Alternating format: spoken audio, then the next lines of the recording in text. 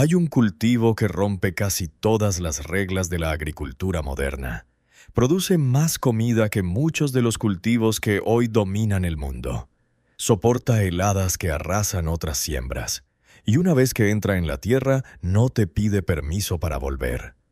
No necesitas comprar semilla cada temporada. No depende de fertilizantes caros para existir. No espera la aprobación de nadie. Regresa. Siempre regresa. Durante siglos fue una reserva silenciosa contra el hambre. Después lo borramos. Y no lo borramos porque no sirviera. Lo apartamos porque era demasiado útil, demasiado libre, demasiado difícil de meter dentro de un sistema que necesita venderte cada solución. Esta es la historia de una planta que sobrevivió al olvido, a la guerra, a los imperios y a la vergüenza. Y que todavía hoy sigue viva bajo la superficie, esperando que alguien vuelva a recordarla. Y antes de entrar de lleno en esta historia, cuéntenme desde dónde están viendo este video y suscríbanse si les gusta descubrir estos conocimientos que casi desaparecieron, porque lo que viene no solo habla de una planta, habla de todo lo que elegimos olvidar. La historia se abre mucho antes de que el campo moderno decidiera qué merece llamarse cultivo y qué merece llamarse maleza.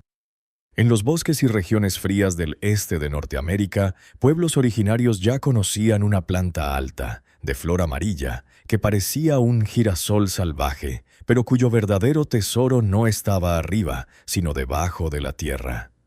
Allí, entre raíces y sombras, crecía una red de tubérculos irregulares, dulces, resistentes, discretos. No era un alimento de moda, era un seguro de vida. Cuando los europeos llegaron a esas tierras, algunos quedaron sorprendidos por lo que vieron en las mesas indígenas. Uno de ellos probó aquella raíz nudosa y la comparó con sabores familiares de su continente. Se la llevó de regreso como si hubiera encontrado una curiosidad exótica. Pero no estaba llevando una rareza. Estaba transportando una promesa. Lo que aún no entendía era que esa promesa venía con algo que Europa no sabía manejar: abundancia sin dependencia. La planta crecía alta, robusta, con flores doradas orientadas hacia la luz. Pero lo que importaba de verdad quedaba enterrado. Tubérculos blancos, violetas o dorados, cargados de energía. Se plantaban una vez y después seguían multiplicándose bajo tierra por su cuenta, como si el suelo tuviera memoria. Ese cultivo tiene nombre: Topinambur, también conocido como alcachofa de Jerusalén o sunchoke, una pariente del girasol que durante siglos funcionó como reserva silenciosa contra el hambre. Un parche podía alimentar a una familia durante años. Un terreno pequeño podía seguir produciendo sin que nadie tuviera que reiniciar el proceso cada temporada. No era solo comida, era continuidad. En varias tradiciones indígenas, Easamo, esta planta no era vista como un simple recurso agrícola. Su presencia estaba ligada a relatos de origen, sacrificio y supervivencia. Nacía de la tierra, pero también de la pérdida, como si el alimento más terco tuviera que venir de una herida antigua. Y quizá por eso resistía tanto, porque no había sido pensado para la comodidad, había sido pensado para los tiempos difíciles. Su ventaja era brutal. Podía comerse crudo, asado, hervido, seco en forma de harina. Podía quedarse en el suelo durante el frío y seguir esperando intacto. Mientras otros cultivos exigían cosecha rápida, almacenamiento cuidadoso o condiciones específicas, este simplemente permanecía ahí, disponible cuando la necesidad apretaba. Donde había hambre, había posibilidad. Donde había invierno, había paciencia. Años después, en expediciones famosas que casi terminaron en desastre, fueron precisamente estos tubérculos escondidos los que marcaron la diferencia entre seguir avanzando o colapsar.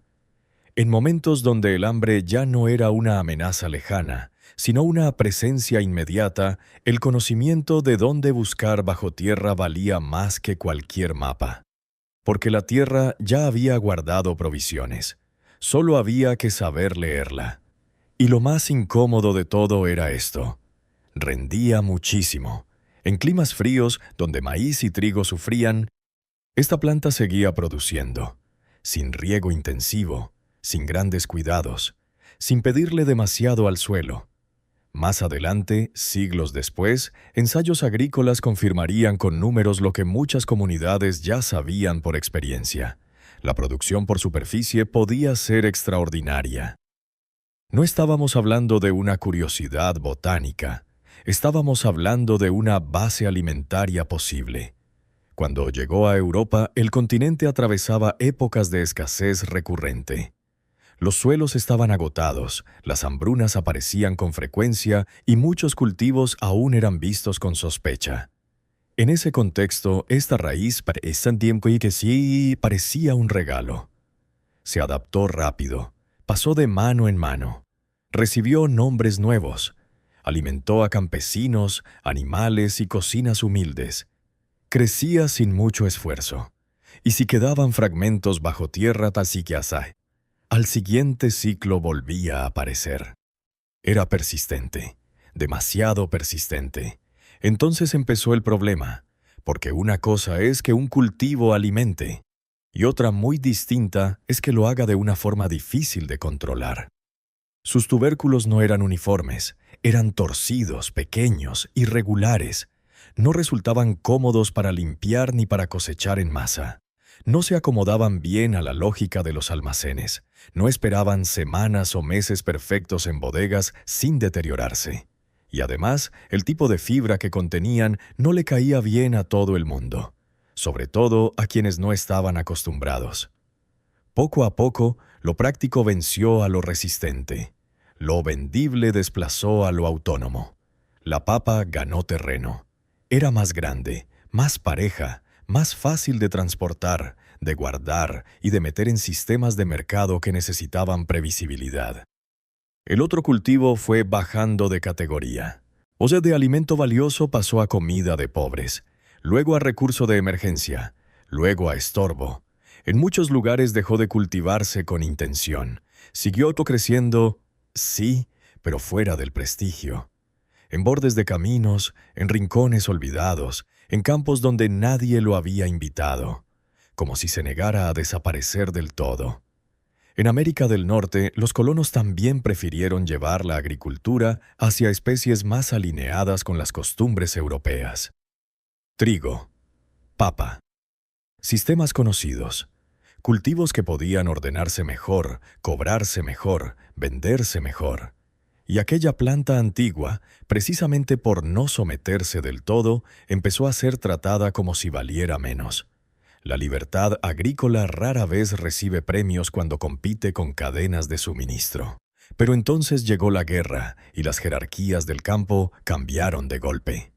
En tiempos de bloqueo, racionamiento y ocupación, el alimento dejó de ser una discusión de prestigio y volvió a ser una cuestión de supervivencia. Y cuando los cultivos principales fallaron, cuando lo almacenado fue confiscado, cuando los mercados ya no podían prometer nada, esta raíz olvidada reapareció. Estaba donde nadie había pensado mirar, bajo tierra, en parcelas abandonadas, en suelos helados, en espacios donde el hambre obligó a cavar con desesperación. Durante los peores inviernos de Europa, cuando familias enteras sobrevivían con lo que encontraban, este cultivo alimentó a quienes ya no tenían opciones.